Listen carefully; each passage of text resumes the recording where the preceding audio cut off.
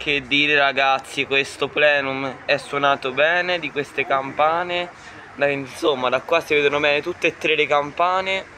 E niente, qui c'è la seconda che ancora si sta fermando.